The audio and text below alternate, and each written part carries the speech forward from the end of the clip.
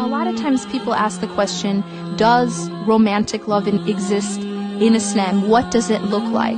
And what does it not look like?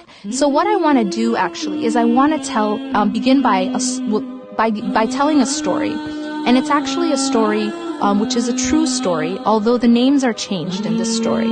I'm going to begin with this story, and then I'm going to talk about the lesson that we can really learn from this story, because it's actually a story that a lot of us may be able to relate to in one way or another. Now, the story begins with a woman, and when Sarah met Ahmed, she immediately knew. He was everything that she had always dreamed of. Meeting him was like watching the sun rise in the middle of a snowstorm. His warmth melted the cold, but soon admiration turned to worship. Before she could understand what had happened, Sarah had become a prisoner.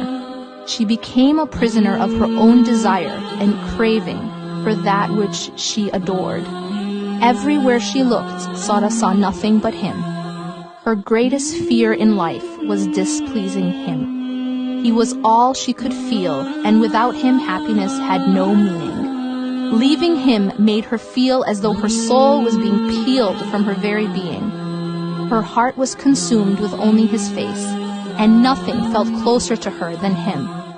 He became to her like the blood in her very veins, and the pain of his existing without him was unbearable, because there was no happiness outside of being with him. But Sarah thought she was in love. Everything basically revolved around him. Her greatest fear in life was displeasing him, and she didn't know any kind of basically pleasure outside of being with him. Now, here is the irony. Sarah thought she was in love.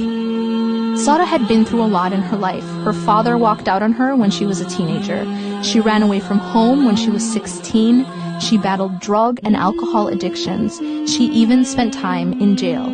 But all of the pain combined could not compare to the pain that she would come to know inside this new prison of her own making. Sarah became a captive inside her own desires.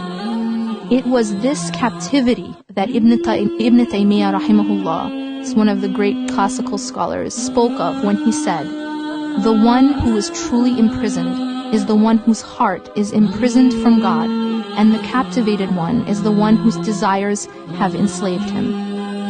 The agony of Sarah's worship of Ahmed was more intense than the agony of all her previous hardships.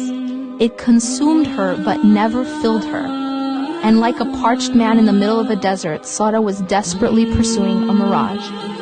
But what was worse was the torturous result of putting something in a place only God should be. Sarah's story is so deep because it demonstrates a profound truth of existence. As human beings, we're created with a particular nature, and that nature is called fitra. That fitra is to recognize the oneness of God and to actualize this truth in our lives. Therefore, there is no calamity, no loss, no thing that will cause more pain to us than putting something equal to God in our lives or in our hearts. Shirk on any level breaks the human spirit like no worldly tragedy ever could.